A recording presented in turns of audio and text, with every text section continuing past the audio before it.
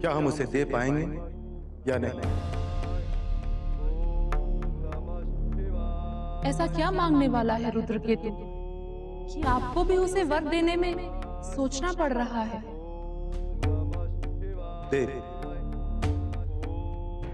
यदि मैं सोच समझकर वरदान नहीं दूं तो बाद में आप ही मेरा परिहास करें। ना जाने हम किस किस को और क्या क्या बांट देते हैं। प्रभु, तो मेरी उस बात से आप अभी तक रुष्ट हैं? नहीं, रुष्ट नहीं। देव, आपने तो केवल हमें एक नया पाठ पढ़ाया। कुछ भी देने से पहले विचार कर लेने में कोई अहित नहीं होता। अहित तो तब होता है देवी जब वरदान बिना सोचे विचारे दे दिया जाए। किंतु प्रभु, आप कब तक इस प्रकार सोच विचार करते रहेंगे? जिसकी अनन्य भक्ति के प्रभाव से पूरा कैलाश गूंज रहा है, उसकी इच्छा पूर्ण करने हेतु आपको आज नहीं तो कल उसके समक्ष जाना ही होगा। यही तो मेरी समस्या है। मैं विष्णु जी से मानसिक संपर्क साधता हूं ताकि वो हमें मार्ग बता सके। मार्ग? हाँ जी, रुद्र केतु को वर देने की परिस्थितियां रखने की भी।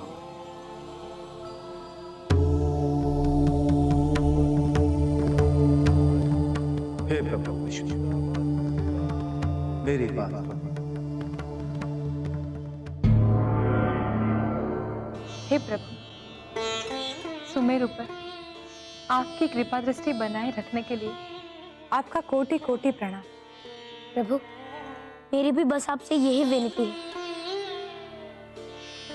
कि सुमेरु पर कोई समस्या या कोई कष्ट ना आए। हनुमान, भला सुमेरु पे कोई समस्या कैसे आ सकती है पुत्र? शिव जी ने मुझे तुम्हारे जैसा रत्न जो दिया है।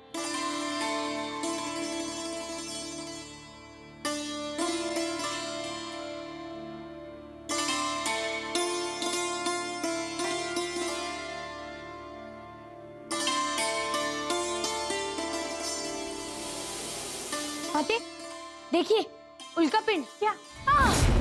माते, दिखाइए, दिखाइए, क्या हुआ? दिखाइए, दिखाइए। माते, आपको तो मोह चाहिए। मैं आपके लिए तुंगभाद्री के पत्तों का लेप बनाकर लेकर आता हूँ। नहीं नहीं पुत्र, तुम्हें जाने की आवश्यकता नहीं है। मैं राजवैद्य को बुला लूंगी। माते, हट मत कीजिए। जब तक राजवैद्य आएगा तब तक मैं स्वयं ही औषधि लेकर आ जाऊंगा। परंतु हनुमान, तुझे ये औषधि का ज्ञान कहाँ से आया? माते, वन में जो ऋषिवर कोठी बनाकर रहते हैं ना, उन्होंने ही मुझे सिखाया। उनकी ही कृपा से छोड़ी, मैं शीघ्र औषधि लेकर आता हूँ।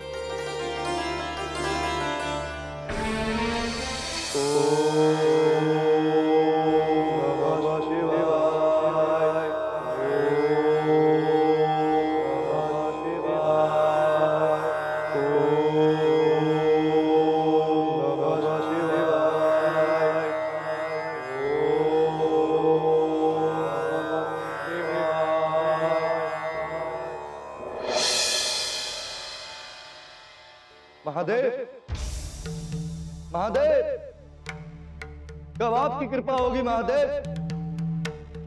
मेरे 11 लाख जाप पूर्ण हुए महादेव। दर्शन दीजिए प्रभु, दर्शन दीजिए महादेव। महादेव, क्या आप मेरे महाजाप से प्रसन्न नहीं हुए?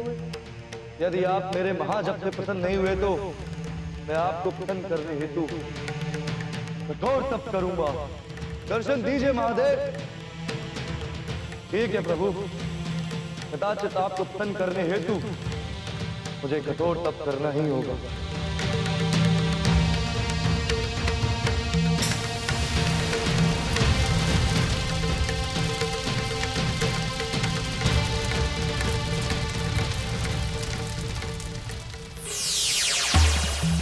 आज से निर्जला, निर्हार और अग्नि के बीच बैठकर आपको प्रसन्न करने हेतु 1.25 लाख जाप करूंगा प्रभु, और मेरे कठोर तप का प्रारंभ अब शुरू होता है। ओम नमः शिवाय।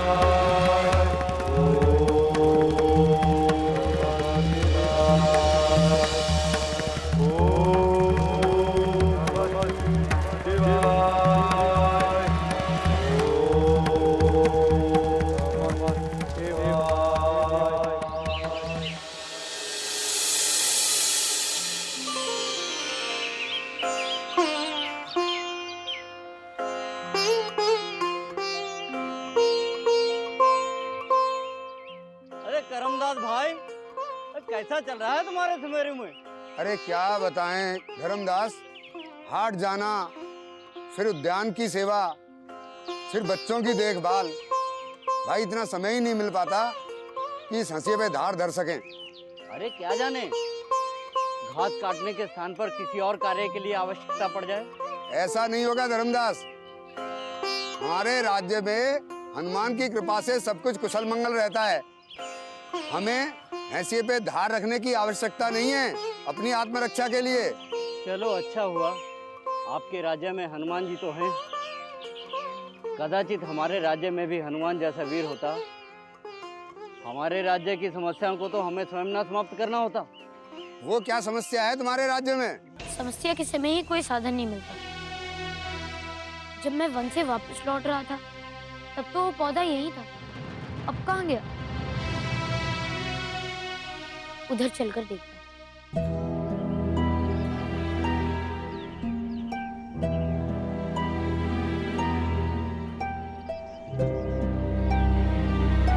कहाँ गया?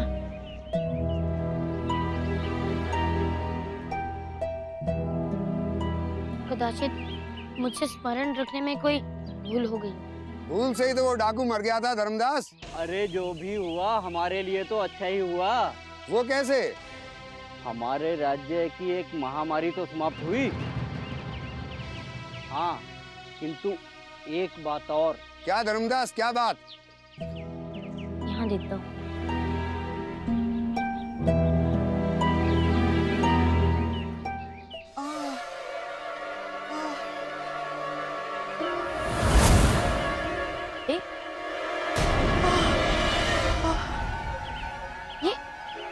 ये स्त्री कौन है?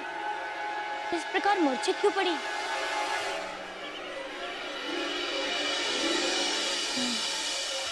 अरे कल रात उसी को तो पत्थर मार मार कर समाप्त करने वाले थे।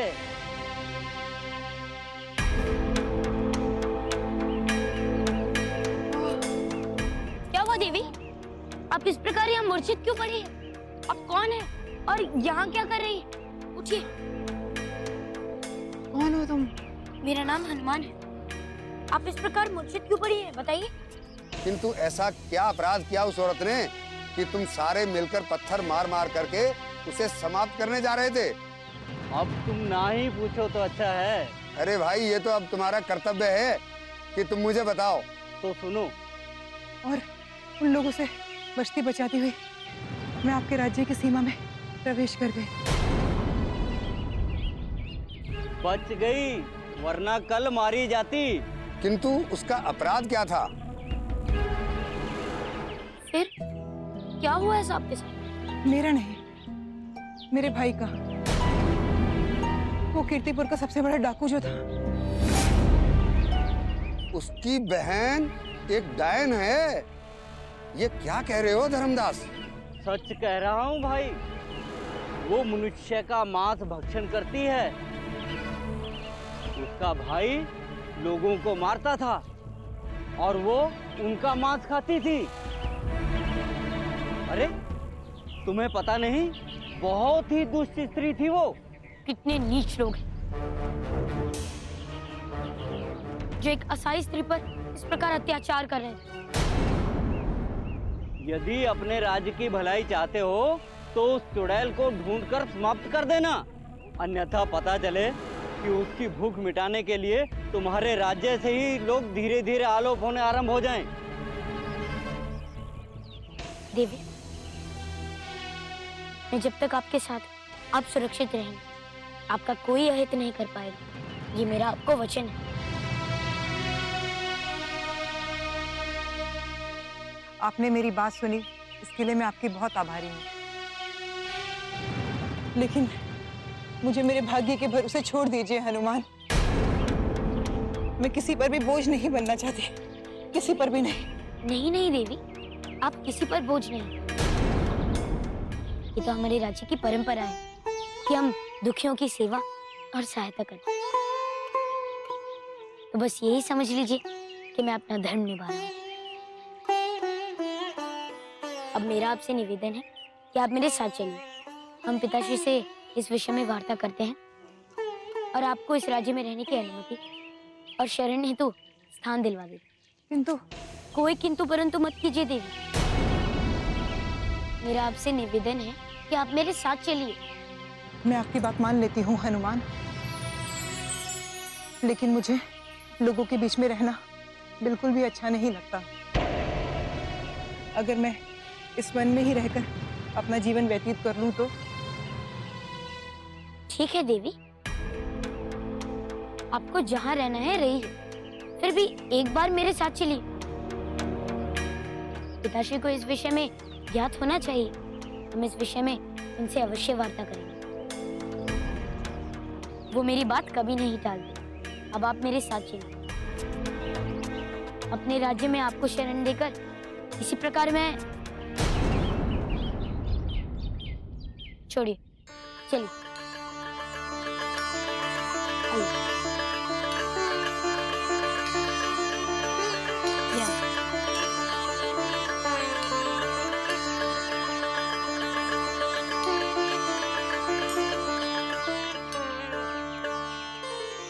चलो धर्मदास, तुम कह रहे हो तो हम राज्य के सभी लोगों को सूचित कर देते हैं कि वो डायन, वो चुड़ैल कहीं भी दिखे तो उसे अपने राज्य से निकाल सकें। मित्र, राज्य का तो धर्म ही मित्रों की सहायता करना होता है। जाओ करमदास, जाकर सभी को सूचित कर दो। कल सुबह मिलते हैं, ठीक है? हाँ हाँ भाई, कल सुबह फिर मिलते हैं।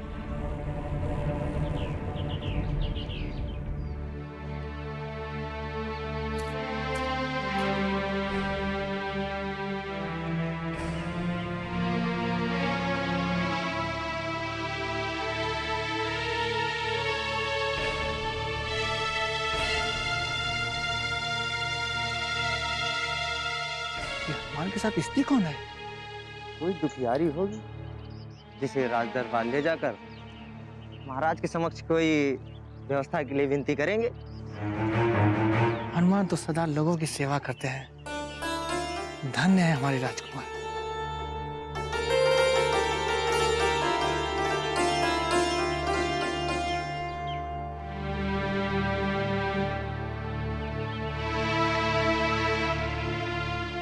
प्रणाम हनुमान। नाम प्रणाम काका, क्या हुआ? अरे हनुमान, ये आपके साथ कौन है? अरे हनुमान, ये आपके साथ कौन है? हाँ राजकुमार, इन्हें तो पहले कभी सुमेरु में नहीं देखा। काका, ये हमारे ही पड़ोसी राज्य की वासी हैं और हमारे राज्य में ये शरण चाहती हैं। इसलिए मैं इन्हें पिताश्री के पास लेकर जा रहा हूँ। अवश्य, आप बहुत अच्छा कार्य कर रहे हैं। पुत्री, तुम्हें अपने आप को यहाँ सुरक्षित समझना चाहिए। इस राज्य में तुम्हें किसी भी प्रकार का कोई कष्ट नहीं हो। हाँ हाँ बहन, हनुमान जी से अपने साथ लेकर आए, वो एक प्रकार से भी हमारा परिवार ही हुआ। तुम निश्चिंत रहो और हो कोई कार्य मुझे स्मरण करना। हाँ बहन, सुमेरु को अपना ही घर समझो। आप जैसे जन पाकर मैं धन्य हो गई।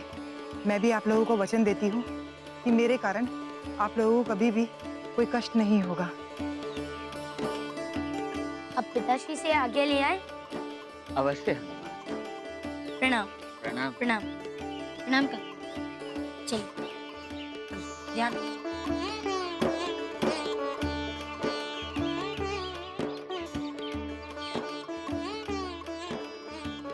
काका, हनुमान कुछ आवश्यकता से अधिक दयालु हो रहे हैं क्या? क्या? हर तीसरे दिवस किसी न किसी को शरण दिलाते रहते हैं। पहले वो ऋषि, फिर ये साधिका, जिसके कारण इतना बड़ा कांड हुआ। अब और फिर ये बात तुम्हें हनुमान के मुख पर बोलनी चाहिए थी। पीठ पीछे किसी की बुराई करने वाले को क्या कहते हैं जानते हो ना? बात तो सही कह रहे हो काका। और वो सुना नहीं क्या कह रही थी वो? मैं वचन देती हूँ कि मेरे कारण किसी को कष्ट नहीं होगा। भाई, अगर आप दुखियारे हैं तो आपसे किसी को क्या कष्ट पहुंचेगा?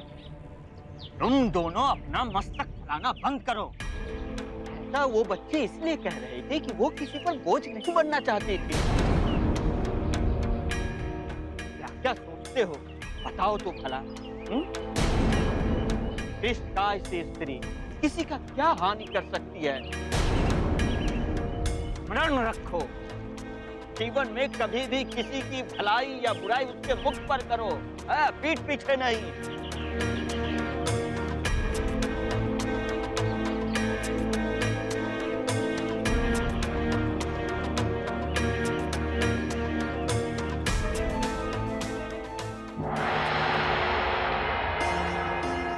माँ, आ गए पुत्र। देखिए मैं आपके लिए तुंगभद्री के पत्तों से लेप बनाकर लेकर आया। मैं आपको लगा देता हूँ।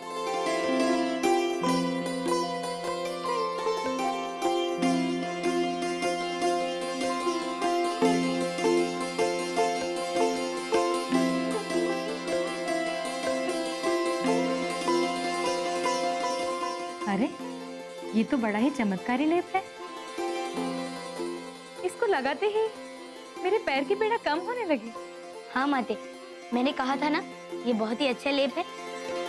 किंतु इससे भी अधिक ये औषधि इसलिए कार्य कर रही है क्योंकि मेरा पुत्र इसे मेरे लिए बनाकर लाया है। मेरी पीड़ा तुम्हारे प्रेम के कारण ज्यादा और इस लेप के कारण कम हो रही है।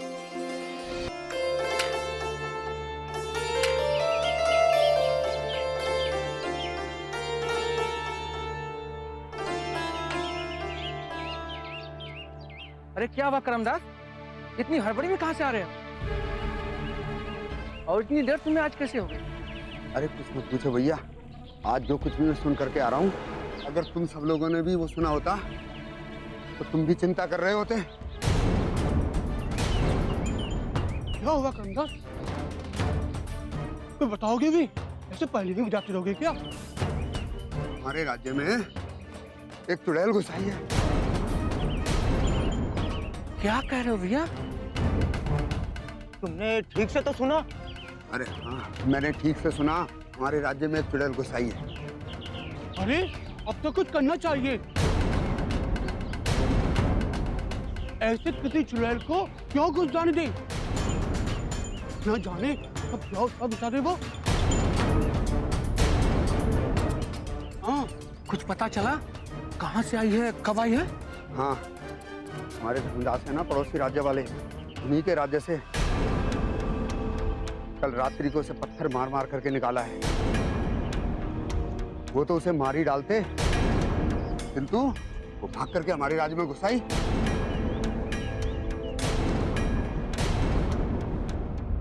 माते, आपको पता है जिस प्रकार आपके चरणों की पीड़ा इस औषधि के कारण ठीक हो रही है, उसी प्रकार इसी औषधि की खोज में आज वन में मेरी एक मन की पीड़ा भी शांत हो गई। अच्छा, जरा मैं भी तो सुनूं कि ऐसी कौन सी मेरे पुत्र के मन की पीड़ा थी जिसका उपाय वन में जाके मिल गया?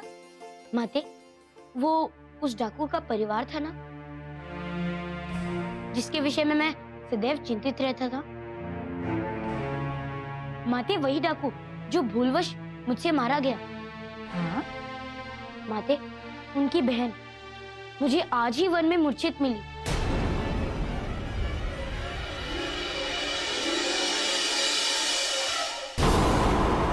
मैंने उनके पास जाकर देखा।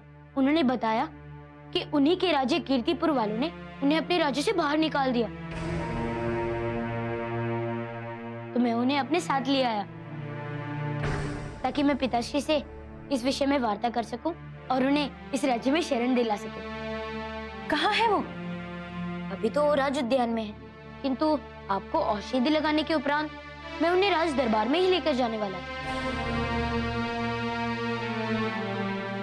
अब इलाज पूर्ण हुआ, मुझे आज्ञा दीजिए। ठीक है। अपना ध्यान रखिएगा।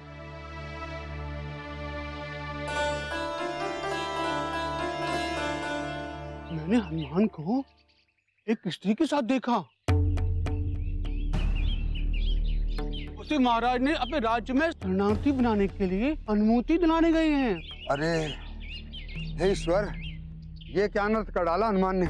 मैंने कहा था ना काका, हनुमान की दयालुता एक न एक दिन हम सब के लिए कुछ अहित घटना का कारक बनेगी, देख लो। अरे यहाँ खड़े खड़े बात करके समय व्यर्थ ना करें।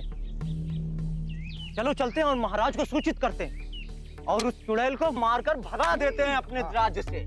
ठीक है, चलो चलो चलो, महाराज को चलो। सूचित करते हैं। चलो चलो चलो भैया। महाराज, इस स्त्री को हमारे राज्य में शरण दें। संध्या, हनुमान के इस प्रकार अनुनय विनय करने पर हम आपको राज्य में शरण देते हैं। हनुमान पुत्र, वन में जो ऋषियों के लिए कुटी बनाई गई उसमें एक कुटी में इन्हें उत्तम स्थान दो। जो आ गया महाराज। धन्यवाद महाराज।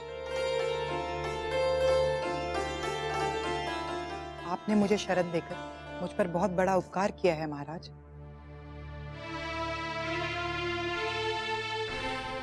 ये उपकार नहीं महाराज, आप अनर्थ कर रहे हैं। क्षमा करें महाराज, मैं आपकी आज्ञा के बिना राज दरबार में बोल रहा हूं। मेरे बोलने का प्रयोजन पूरी प्रजा के हित में है। आप क्या कहना चाहते हैं करमदास जी? महाराज, मेरा नाम करमदास है। मैं आपके इस महान राज्य का एक तुच्छ सा घसियारा हूं। प्रतिदिन की भांति आज प्रातः जब मैं अपने राज्य की सीमा पर घास काट रहा था तो मुझे पड़ोसी राज्य के धर्मदास ने बताया कि कल रात्रि ही उन्होंने एक पापिन स्त्री को पत्थर मार मार कर अपने राज्य से बाहर निकाला है। आप जिसे दुखियारी जानकर सुमेरु में शरण देने जा रहे हैं महाराज, वो कोई दुखियारी नहीं, एक चुड़ैल है। करमदास,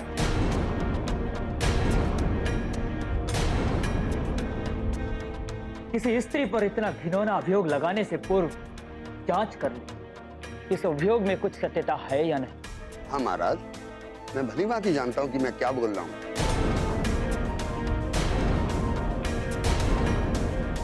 किंतु मुझे धर्मदास के कथन पर पूर्ण विश्वास है। अब आप ही बताएं महाराज, ये स्त्री इस प्रकार हमारे राज्य में कैसे आ गई? और यदि इसने कोई दुष्कर्म नहीं किया है तो क्यों इसकी ये दुर्गति हुई? क्योंकि वो लोग नहीं, स्वयं पापी हैं। जिस स्त्री को उन्होंने चुड़ैल जैसा आरोप लगाकर अपने ही राज्य से बाहर निकाल दिया और उस पर प्रस्तर वर्षा भी की, उन मनुष्य को आप सभ्य मनुष्य कैसे कह सकते हैं करमदास जी? क्षमा करें महाराज। करमदास जी, आज इस दरबार में मैं एक राजकुमार नहीं, एक सुमेरु नागरिक के स्थान पर हूं। जो एक स्त्री के लिए उसे शरण दिलाने के लिए गुहार लगा रहा है। तो ठीक है हनुमान, मैं अपना कथन पूर्ण करता हूँ। ये स्त्री दुखियारी नहीं, किंतु क्या आपने इसे शरण दिलाने से पूर्व इसका भूतकाल जानने की चेष्टा की?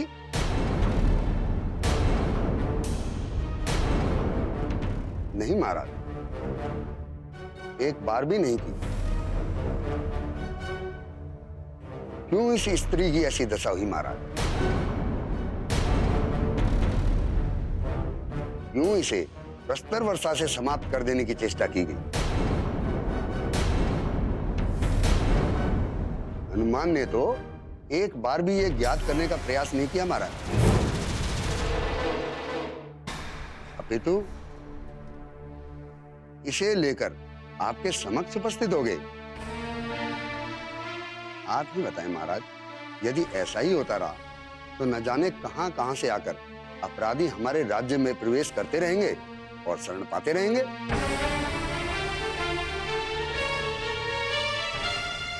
हनुमान, क्या करमदास जो कह रहे हैं उसमें कोई सत्यता या तर्क का भान होता है? महाराज, तर्क तो सही है, किंतु किसी की सत्यता तो तभी जानी जाती है ना, जब हम उस मनुष्य को अच्छे से जान ले। क्या हमने स्त्री को जानने का अवसर दिया? आपको क्या कहना है करमदास? अवसर देने का प्रश्न ही क्यों उठे महाराज? जब साक्ष्य सामने हो तो प्रमाण की आवश्यकता ही क्या? इसकी ये दयनीय दशा, इसके सूख चुके घाव मात्र यही इंगित करते हैं महाराज कि इसे जहां से भी निकाला गया था वहां इसके बारे में कोई अच्छे विचार नहीं रखता था। कदाचित आप सही कह रहे हैं, किंतु ये कोई संभावना भी तो हो सकती है। हो सकता है कि ये स्त्री किसी और के कर्मों का फल भोग रही है। क्या आप ऐसे ही किसी तीसरे व्यक्ति के मात्र कथन पर विश्वास करके किसी स्त्री को चुड़ैल की संज्ञा कैसे दे सकते हैं? आप ही बताइए।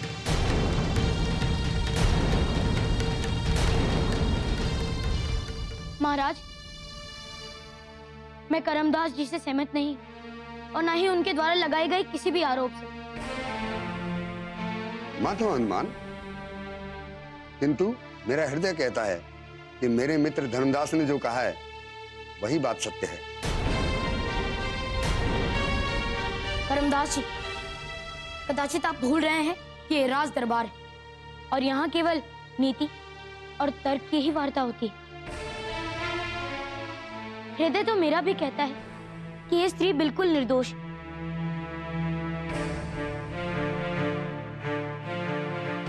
और इसको इसके राज्य से निकालने वाले पापी, तब आप क्या कहेंगे?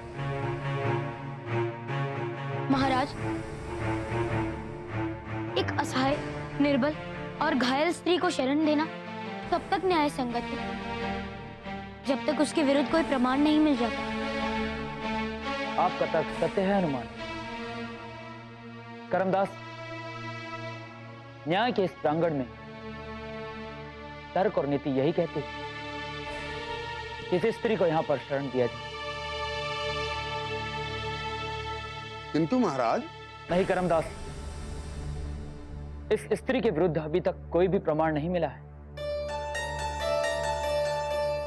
यदि कोई प्रमाण मिलता है या ऐसा कोई दृश्य प्रस्तुत होता है तब उस बारे में विचार किया जा सकता है,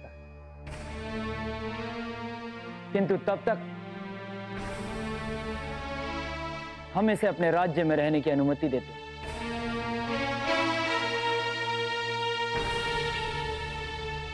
और हाँ करमदास, आपको एक चेतावनी और देना चाहता हूं मैं। आज्ञा महाराज। जब तक संध्या के विरुद्ध कोई प्रमाण नहीं मिलता, आप या आप सभी संध्या के विषय में किसी से भी किसी भी प्रकार की व्यर्थ वार्ता नहीं करेंगे। इससे ना तो केवल एक स्त्री का निरादर होता है, अपितु प्रजाजनों में भी अराजकता फैलती है। किंतु महाराज, मेरा एक प्रश्न है। आज्ञा है। यदि इस स्त्री के कारण राज्य पर कोई संकट आया तो? आप निश्चिंत रहिए करमदास जी। जो बर्ताव एक अपराधी के साथ किया जाता है वही इनके साथ भी किया जाएगा। ठीक है हनुमान, मैं आपके कहे हुए वाक्य का स्मरण रखूंगा। अब आज्ञा दें। आज्ञा दें महाराज। आज्ञा है।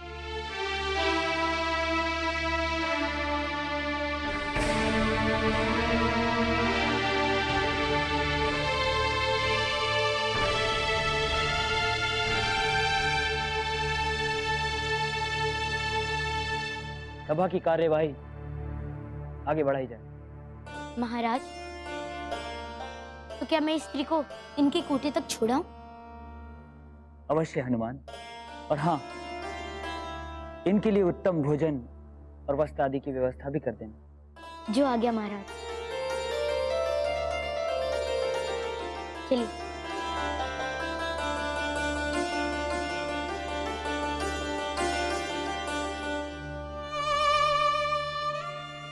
आप सचमुच महान राजा है महाराज। मेरा जीवन धन्य हो गया आपके राज्य में शरण पाकर। मैं कभी भी आपको किसी परिवाद का अवसर नहीं दूंगी महाराज। अरे अरे, ये तो मेरा कर्तव्य था। आप चिंतित ना हो, लोगों की बातों पर ध्यान न दें। सर्वप्रथम आप अपने स्वास्थ्य पर ध्यान दें। हनुमान, इन्हें लेकर जाओ। जो आज्ञा महाराज।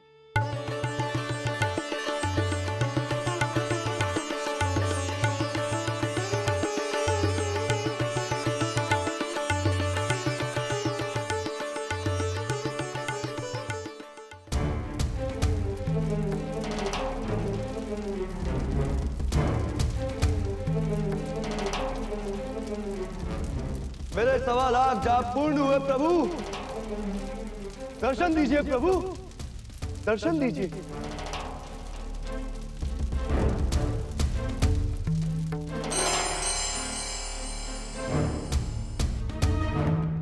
तो आप मेरे कठोर तप से भी प्रसन्न नहीं हुए महादेव? ठीक है प्रभु, मैं भी आपको प्रसन्न करने हेतु अब हठ योग करता हूं।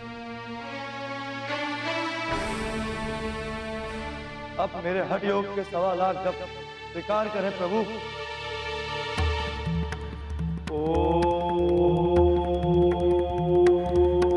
नमः शिवाय, ओम नमः शिवाय, ओम नमः शिवाय, ओम नमः शिवाय।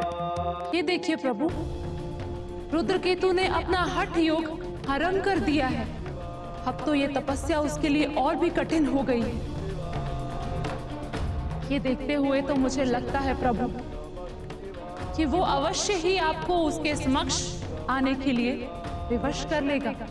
हाँ देवी, किंतु मैं क्या करूं? मैं नहीं जाना चाहता। क्यों प्रभु? आप तो सदैव मुझे कहते हैं कि आप अपने भक्त की हर इच्छा पूर्ण करते हैं, किंतु आज ये ऐसा क्या मांगने वाला है जिसे देते हुए आपको भी चिंता हो रही है? देवी, वो हमसे हमारा त्रिशूल मांगना चाहता है। क्या? देवी, वो हमसे हमारा त्रिशूल मांगना चाहता है। क्या? किंतु प्रभु, ये नवजीवन दाता ही नहीं, सर्व विध्वंसकारी, अकत्य और महानाश करता अस्त्र भी है। इसके तीनों शूलों में ओम की पूर्ण शक्ति अर्थात आकार, उकार और मकार यानी सद्गुण, रजोगुण और तमोगुण, तीनों गुणों की शक्तियां समाई हैं। कि यदि किसी असुर के हाथ लग जाए तो इससे बड़ा दुस्वप्न कोई नहीं होगा प्रभु। तभी तो देवी, हमने विष्णु जी से कोई मार्ग पूछा। तो उन्होंने क्या कहा प्रभु? उन्होंने भी त्रिशूल को देने से मना कर दिया देवी। तो आपने वरदान में कुछ और देने के विषय में क्या सोचा है प्रभु? अभी कुछ नहीं सोच रहा हूं देवी। यदि आप कहे तो मैं किसी के द्वारा इस रुद्र केतु की साधना भंग करवा दूं? नहीं देवी, ऐसा करना उचित नहीं होगा। जो तप कर रहा है उसे उसकी याचना का फल तो अवश्य मिलना चाहिए। तो क्या आप अपना त्रिशूल दे देंगे प्रभु?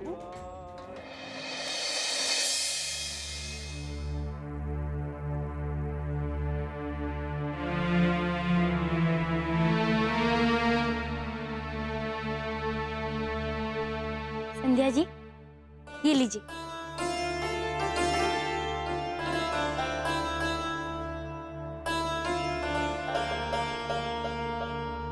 हनुमान,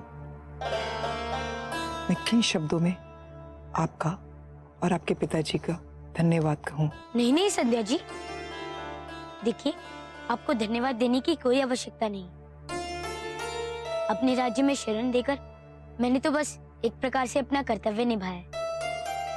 अब आप निश्चिंत रहिए। मेरे होते हुए इस राज्य में आपका कोई अहित नहीं कर सकता। आपको कोई समस्या नहीं है।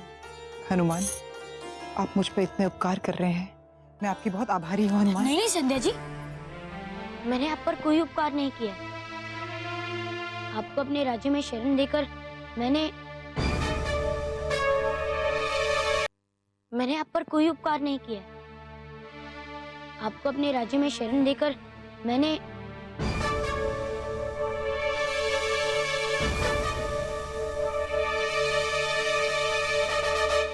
छोड़िए संध्या जी, अब मैं चलता हूँ। कल पुनः आपसे भेंट करने आऊंगा। प्रणाम।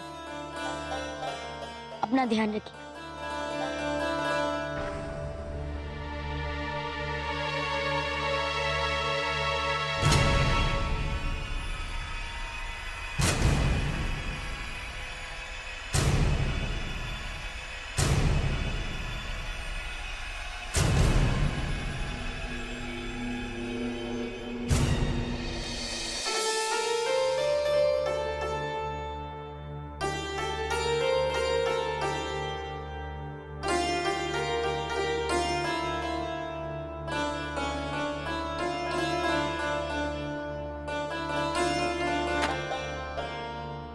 क्या हुआ नाथ? क्या सोच रहे हैं आप? अंजना, हम सोच रहे हैं कि आज राज दरबार में हनुमान ने जो किया उसे उसके लिए रोकते या उसकी प्रशंसा करते। नाथ, हनुमान ने पहले राधिका को शरण दिलवाई और उसका क्या परिणाम हुआ ये तो हम सब जानते ही। मैं तो ये सोचकर चिंतित हूँ कि कहीं ऐसा होना हो गया तो क्या होगा। किंतु अंजना, किसी को शरण देना तो धर्म का कार्य है। किंतु स्वामी, हमारी प्रजा जो कह रही है उस बात की सत्यता का पता लगाना भी तो आपका कर्तव्य है। आप ठीक कह रही हैं महारानी, किंतु हनुमान के तर्क के आगे हम क्या कहते हैं? और वैसे भी उस स्त्री संध्या के विरुद्ध कोई भी प्रमाण नहीं आया। तो क्या हम उस दिवस तक प्रतीक्षा करते रहे स्वामी? हाँ अंजना, मान लो यदि उस स्त्री का कोई दोष ही ना हो और उस पर मिथ्या आरोप लगाकर उसे कीर्तिपुर से बाहर निकाल दिया गया तो पर ऐसी अवस्था में हम भी उसे अपने राज्य से बाहर कर दें तो हमारे न्याय पर ही प्रश्न चिन्ह होगा। स्वामी, यदि आप कहें तो मैं इस विषय में हनुमान से बात करके उन्हें आगे से ऐसे कार्य ना करने के लिए समझाऊं। अवश्य महारानी, अवश्य। आज प्रथम बार मैंने प्रजा के नेत्रों में रोष देखा है। कहीं ऐसा ना हो कि वो विरोध पर होता है। मैं हनुमान से बात करती हूँ स्वामी और उन्हें समझाती हूँ कि वो संध्या को राज्य के बाहर जाने दो। नहीं अंजना, हनुमान नहीं मानेंगे। मैंने हनुमान के नेत्रों में उस स्त्री संध्या के लिए पीड़ा देखी है। ये आप क्या कह रहे हैं स्वामी? मेरा पुत्र और मेरी बात न माने, ऐसा कदापि नहीं हो सकता। मैं हनुमान से अभी जाकर बात करती हूँ।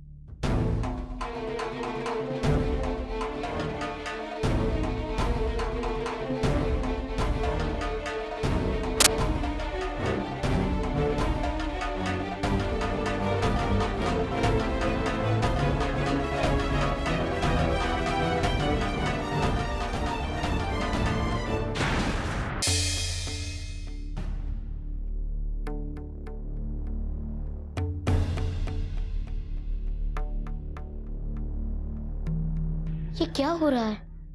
लोग संध्या दीदी के विरुद्ध ऐसी बातें क्यों कर रहे हैं? कुछ समझ नहीं आ रहा।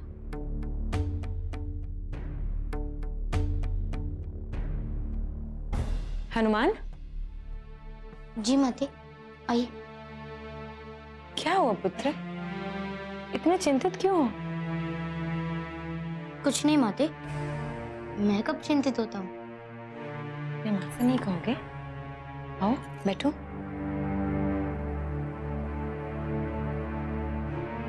बैठो। क्या हुआ पुत्र? अपनी माँ को नहीं बताओगे?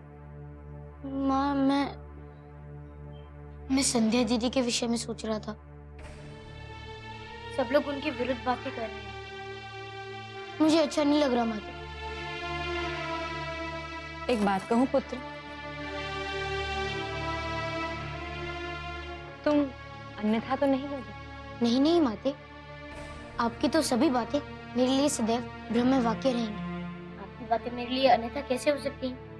कही निसंकोच कही। उस स्त्री को राज्य से जाने दो।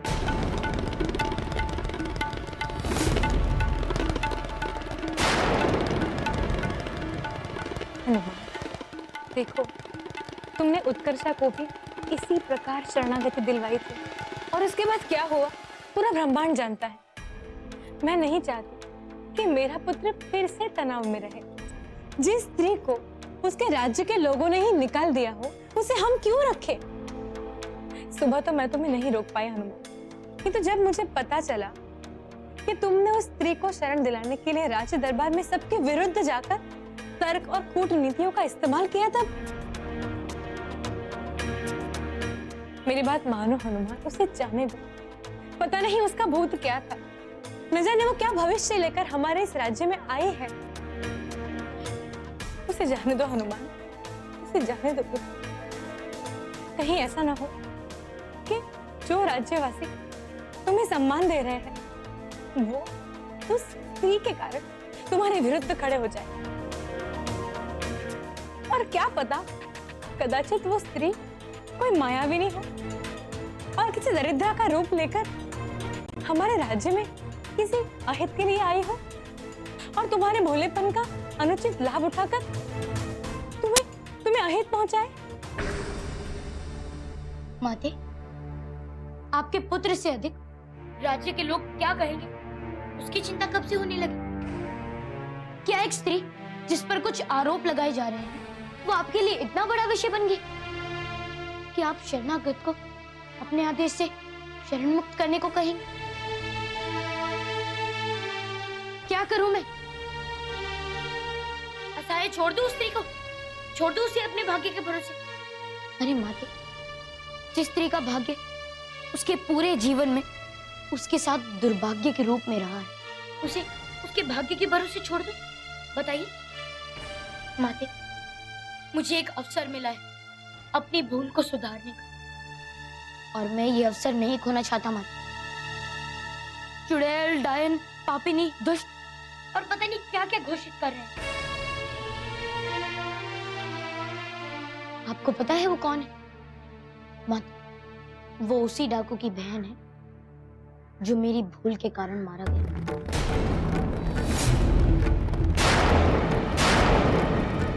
कोई बात नहीं माते, आपका आदेश सराखो। यदि आप यही चाहती हैं तो ठीक है, मैं अभी जाकर संध्या दीदी का हाथ पकड़कर इस राज्य, इस देश से उन्हें बाहर निकाल देता हूँ। हनुमान, नहीं, मुझे क्षमा कर दो पुत्र, मुझे क्षमा कर दो। मैं चिंतित थी कि न जाने क्या होगा, किंतु मैंने तुम्हारी भावनाओं को नहीं समझा। मुझे क्षमा कर। नहीं माता, आप क्यों क्षमा मांग रही हैं? आपको क्षमा मांगने की कोई आवश्यकता नहीं।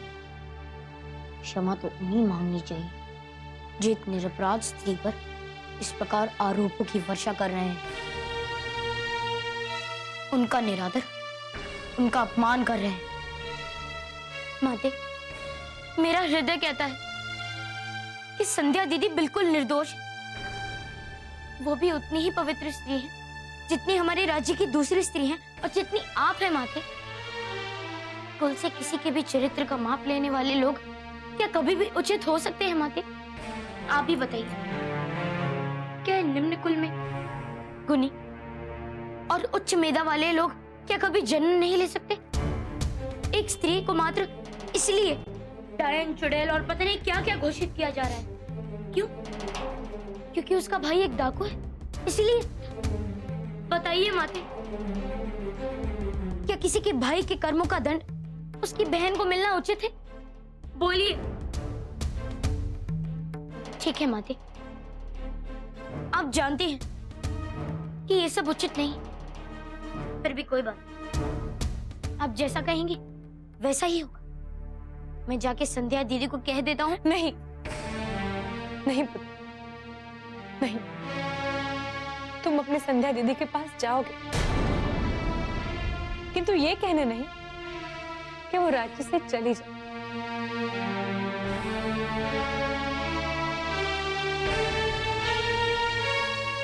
किंतु मेरी ओर से ये फल भेंट और क्षमा के रूप में देने के लिए। धन्यवाद माते। जाओ पुत्र, जाओ और अपनी संध्या दीदी से कहो कि ये फल मेरी ओर से भेंट और क्षमा के रूप में स्वीकार करें, और उन्हें कहो कि कल मुझे आकर मिले। और हाँ, दासी माँ से कहकर कुछ वस्त्र भी उनके लिए ले जाना। जी जी माते।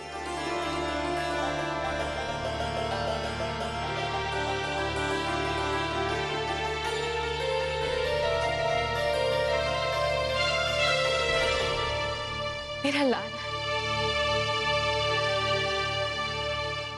मेरा बच्चा, मेरा बच्चा, मेरा बच्चा, मेरा बच्चा, मेरा बच्चा, मेरा बच्चा, मेरा बच्चा। अरे क्या हुआ कमला बहन? अरे इतनी घबराई हुई क्यों हो? क्या हुआ कलवा को? मेरा बच्चा, मेरा लाल, कल संध्या से ही आलोप है।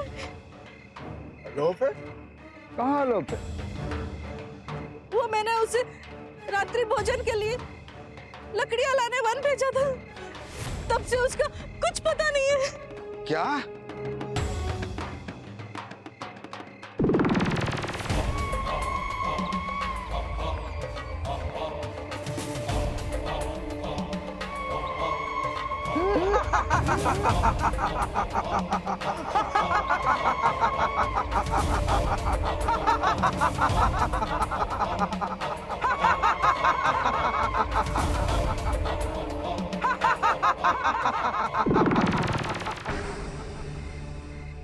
क्या हुआ करमदास? अचानक क्या विचार करने लगे? कुछ नहीं ननकू भैया, मैंने देखा कि वो स्त्री जिसे हनुमान ने शरण दिलाई है वही इस बेचारी के बच्चे को बैठी खा रही है। वो चुड़ैल है। करमदास जी, पिताश्री ने आपको इस प्रकार की मिथ्या फैलाने के लिए मना किया है ना? फिर आप ऐसा क्यों कर रहे हैं? क्षमा करें राजकुमार, किंतु प्रत्यक्ष को प्रमाण क्या, आज इस बेचारी का पुत्र अलोप हुआ है। आज तक जो नहीं हुआ है आपके द्वारा उस चुड़ैल को शरण देने के साथ ही आरंभ हो गया। किंतु आपने देखा तो नहीं ना? देखने की आवश्यकता ही क्या है हनुमान? हाँ हाँ राजकुमार हनुमान, मेरा पुत्र हर दिवस उसी वन से लकड़ियां बिनकर लाता था, फिर आज ही क्यों आलोप है? कैसे हुआ हनुमान जी? क्या अब भी आपको उस स्त्री के पक्ष में बात करनी बाकी है? जब तक प्रमाण नहीं मिल जाता मैं उनके विरुद्ध कोई भी निर्णय नहीं ले सकता निर्णय लेना या ना लेना ये तो महाराज के हाथ में है।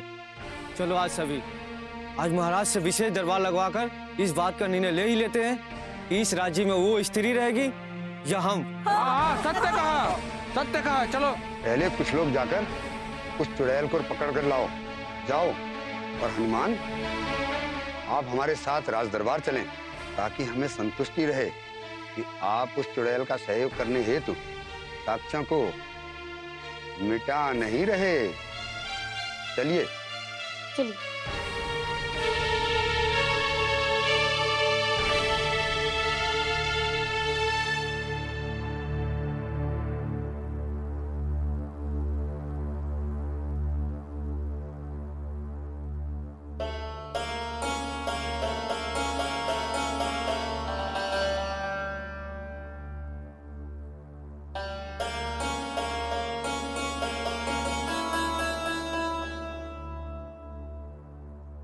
अंजना,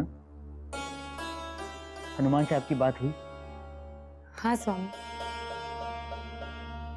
और मैं ये जानकर अति विस्मित भी हूँ कि हनुमान उस स्त्री का सहयोग क्यों कर रहे हैं। क्या बात है अंजना? अंजना, सब कुशल मंगल तो है ना? आपकी वाड़ी में पुत्र दुख दिख रहा है। हाँ स्वामी, क्योंकि यही दुख मेरे पुत्र की पीड़ा का कारण है। हनुमान जिस स्त्री को इस राज्य में शरण के लिए लाया है और जिस स्त्री के सहकार में वो सबसे तर्क कर रहे हैं, वस्तुतः कोई और नहीं परंतु उस डाकू की बहन है जिसकी मृत्यु हनुमान से भूल से हुई थी। और हनुमान अपनी इस ग्लानि को दूर करने के लिए प्रतिदिन प्रभु से प्रार्थना करते हैं। और वो स्त्री के आने से हनुमान को वो अवसर प्राप्त हुआ है स्वामी। क्या? हे प्रभु, अर्थात वो स्त्री निर्दोष है और वो अपने भाई के कुकर्मों की वजह से इस मुसीबत में आई है। हाँ स्वामी, अब हनुमान से बात करने के बाद मेरा भी यही मानना है कि वो स्त्री निर्दोष है और ये सब जो हो रहा है वो सिर्फ प्रजा की मिथ्या धारणाओं का ही परिणाम है। आप ठीक कह रही हैं। लोगों का क्या? लोग तो अपनी कुंठा को मिटाने के लिए बस एक मार्ग ढूंढते रहते हैं। उस डाकू पर उसका कोई बस नहीं चला तो उसकी निरह बहन को अपने क्रोध का भागी बना दिया और वो किसी की शरण में न जाए, इसलिए उस पर मिथ्या आरोप लगाए कि वो डायन चुड़ैल। अंजना, आप चिंतित ना हो, मैं आपको वचन देता हूं कि मैं हनुमान के साथ हूं और उस स्त्री संध्या को हमारे राज्य में एक सुरक्षित स्थान मिलेगा। अंजना, आप चिंतित ना हो, मैं आपको वचन देता हूं कि मैं हनुमान के साथ हूं और उस स्त्री संध्या को हमारे राज्य में एक सुरक्षित स्थान मिलेगा।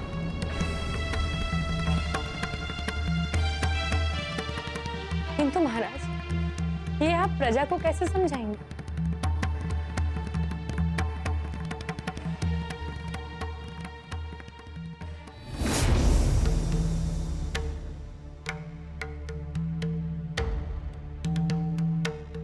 अंजना, प्रजा जब किसी के विरुद्ध बलवा बोल देती है तो क्या सत्य है क्या असत्य उसे नहीं समझती। उसे सिर्फ उसके दोष दिखाई देते। अंजना, मैं प्रयास करूंगा हम सारी सुमेरु की जनता को संध्या के उस सच से अवगत कराएं। पर आप जानते हैं कि राज्य के कुछ नियम होते हैं और प्रजा का निर्णय हमारे लिए मान्य होता है। मैं उस स्थिति को लेकर चिंतित हूं अंजना। यद्यपि मान लो मैंने जनता को सच के बारे में बताया और उन्होंने सच को मानने से मना कर दिया और मुझ पर उसे राज्य से निकालने का दबाव डाला। तो अंजना, ऐसी स्थिति में ना चाहते हुए भी मैं कुछ नहीं कर सकूंगा और मुझे संध्या को राज्य से निष्कासित करना होगा। तो अंजना, ऐसी स्थिति में ना चाहते हुए भी मैं कुछ नहीं कर सकूंगा और मुझे संध्या को राज्य से निष्कासित करना होगा। परंतु स्वामी, इन परिस्थितियों में हनुमान पे क्या प्रभाव पड़ेगा, ये आपने सोचा है? हम जानते हैं अंजना, और यही हमारा चिंता का मुख्य विषय है अभी। अंजना, हम जानते हैं हनुमान बहुत समझदार है और हमने संध्या को जो कठोर निर्णय सुनाए हैं, हनुमान समझ जाएंगे कि ये हमने प्रजा की भलाई के लिए किया है, इसमें मेरी कोई मंशा नहीं और वो हमें क्षमा कर देगा।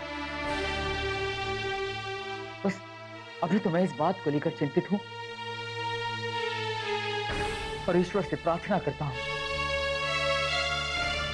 प्रजाजनों में जो संध्या को लेकर असंतुष्टियां फैली हुई हैं, कहीं इसका संध्या पर बुरा प्रभाव ना पड़े।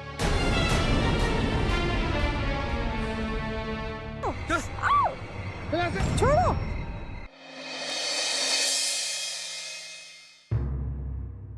प्रणाम महामंत्री जी। हम सब एक विशेष प्रार्थना लेके आपके समक्ष प्रस्तुत हुए हैं। हम सभी चाहते हैं कि हमारे एक विशेष मुद्दे का निर्णय अभी हो, किंतु विशेष दरबार तब तक नहीं लगता जब तक कोई विशेष परिस्थिति का सामना न हुआ हो। परिस्थिति बड़ी ही विकट है महामंत्री जी, कृपया विशेष दरबार लगवाइए। हम सभी आपसे विनती करते हैं। हनुमान, ये लोग जो मांग कर रहे हैं क्या वो सही है? जो मांग होगी प्रजाजन के निर्णय पर ही होगी और मैं जो कुछ भी कहूँगा राज दरबार में ही कहूँगा। आप जाकर महाराज को कृपया ये सूचित कर दीजिए कि प्रजाजन विशेष राज दरबार की मांग उठा रहे हैं। ठीक है हनुमान, आप लोग यही प्रतीक्षा करें, मैं जाके महाराज को सूचित करता हूँ। अब निर्णय होगा हनुमान। मेरा पुत्र अलोप होने का कारण वो चुड़ैल अब इस राज्य में नहीं रह सकेगी। आपके कारण मेरा पुत्र अलोप हुआ है। यदि आप उसे इस राज्य में रहने के लिए शरण ना दिलाई होती तो मुझे ये दिन देखना ही ना पड़ता। मुझे मेरे पति की सौगंध, अगर आप इस राज्य के राजकुमार ना होते तो। आपको जो कहना है मुझसे नहीं, महाराज से कहिए। इस राज दरबार में आप भी एक प्रजाजन के रूप में ही होंगे और मैं भी एक प्रजाजन के रूप में ही उपस्थित हूँ। चल चल चल।